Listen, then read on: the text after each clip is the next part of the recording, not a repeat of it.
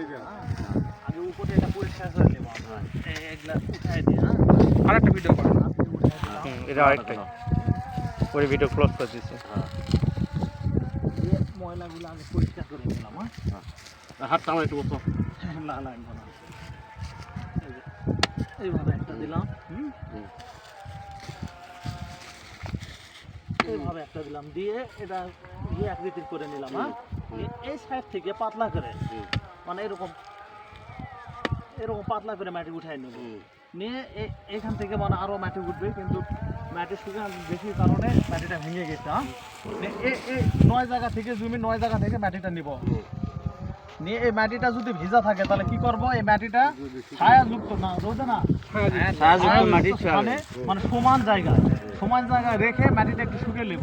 শুকিয়ে নেওয়ার পর মাটিটা ভেঙে নেব, ভেঙে একেবারে মানে ছোট দানা মানে বালির মতন করে নেব আর কি। হ্যাঁ, ঝুরা করে নেব। নিয়ে তাহলে সমান জায়গা আমরা কি করতেছি, মানে সরে রাখতেছি, রেখে এখানে কোট চিহ্ন বা প্লাস চিহ্ন আছে না, এই চিহ্ন দেবো। দিয়ে কি করব, যদি এক পাশের নেই তার বিপদ মানে কোনাকুনি আর কি, কোনাকুনি পাশের মাটি নেব, আর 2 কোণের আর অপর সাইডে যে কোনাকুনি 2টা মাটি থাকবে, হ্যাঁ, ওটা ফেলে দেবো।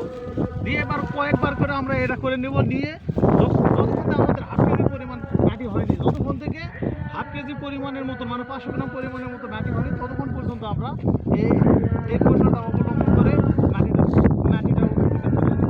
নিয়ে আমরা কী করবো, নিয়ে মাটিটা ঝুরঝুরা যে মাটিটা আর কি, হ্যাঁ, বা মিহি ওই বালির মতন মাটিটা, ওই মাটি একটা পলিথিন ব্যাগে দেবো নিব। আর ওখানে কি দেবো, ওখানে দেবো voter ID card, mobile number, তারপর ওই জমিতে মানে কত কী ফসল হয়েছিল সে ফসল দেব, বা কী ফসল হয় সেটা লিখে দিয়ে আমরা কি করবো, এটা কৃষি অফিসের মাধ্যমে বা আমরা নিজেরাই ওই মৃত্তিকা গবেষণাগার আছে, ওখানে যাই মাটিটা দেব পরীক্ষার জন্য।